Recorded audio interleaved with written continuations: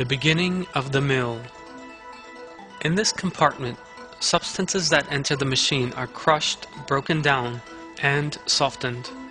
The part of our body that corresponds to this compartment in a mill is the mouth. The teeth in our mouths have been specially created to grind and break down what we eat. The teeth are covered in enamel, the hardest known organic substance, and are also highly resistant to chemical substances.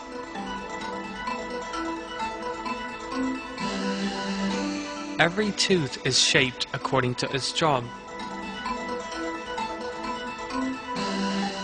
The front teeth, for example, are sharp and tear food apart. Canine teeth are pointed and tear and break up food. The molars have been created to grind foodstuffs.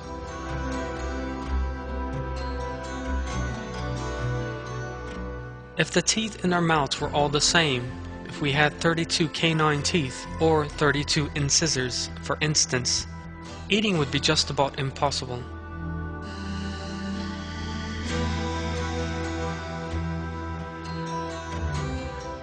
Another example of the structure in our teeth is the way they are arranged in our mouths. Every tooth is in just the right place. The incisors are in the front, and the molars are in the back, right where they are needed. If these were to change places, they would again become completely functionless. There is also a flawless compatibility between the upper and lower teeth, which are completely independent of one another. The teeth in both areas have been created in such a way as to fit one another when the jaw is closed.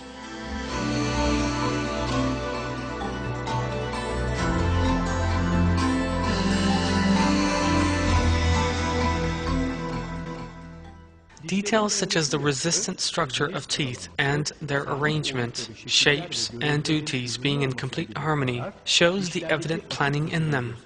There is only one reason for the conscious behavior exhibited by cells. Like all the cells in the body, it is Almighty Allah, the creator of all things, who gives the cells that make up our teeth the characteristics they possess. I seek refuge in Allah from the accursed Satan. He is Allah, the Creator, the Maker, the Giver of form. To Him belong the most beautiful names. Everything in the heavens and earth glorifies Him. He is the Almighty, the All-Wise.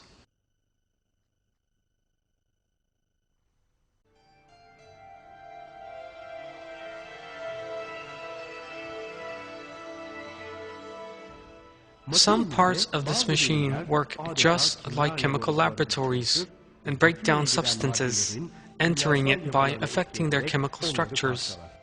Just like in this machine, the food we eat is ground up by the teeth and also subjected to a chemical attack from the fluid known as saliva.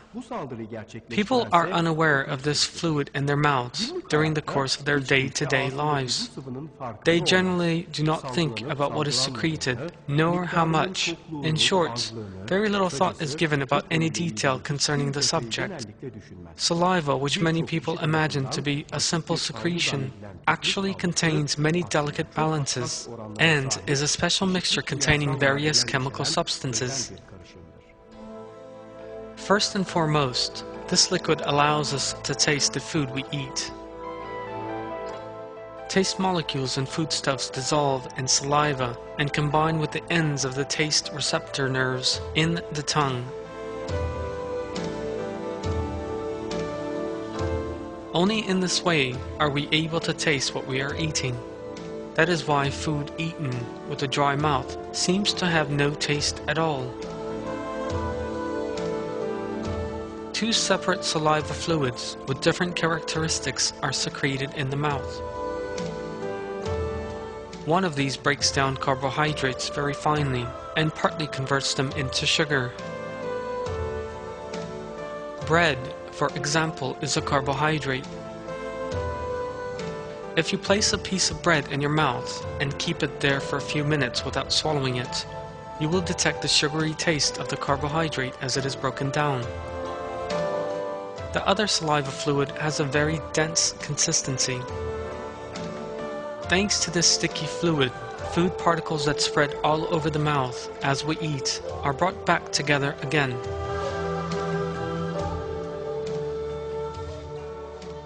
What would happen in the absence of saliva? Because of the dryness in our mouths, we would, of course, be unable to swallow what we ate, or to taste it, or to speak properly. We would be unable to eat any solid food and would have to make do with liquids. That would be a rather uncomfortable state of affairs. Saliva is secreted from 3 separate glands, by making it easier to swallow food by moisturizing it on the one hand, and on the other hand by breaking down components of food that are beneficial for the body by means of the chemical substances it contains. The enzyme amylase in saliva is a chemical specially produced for this task and breaks starch down into sugar. The tongue also plays an important role in mechanical grinding. Not only does the tongue have a very sensitive taste measurement property, it also rolls food up in the mouth and thus facilitates its passage into the throat. There are some 10,000 taste buds on the surface and sides of the tongue. These are sensitive to 4 different tastes: bitter, sweet, salty, and sour. These taste buds allow us to distinguish between the various foods we eat every day without ever confusing them, to the extent that the tongue can even distinguish a taste it has never encountered before. Thus, we never perceive the taste of a cucumber as being bitter like that of a grapefruit, or imagine that a cake is salty.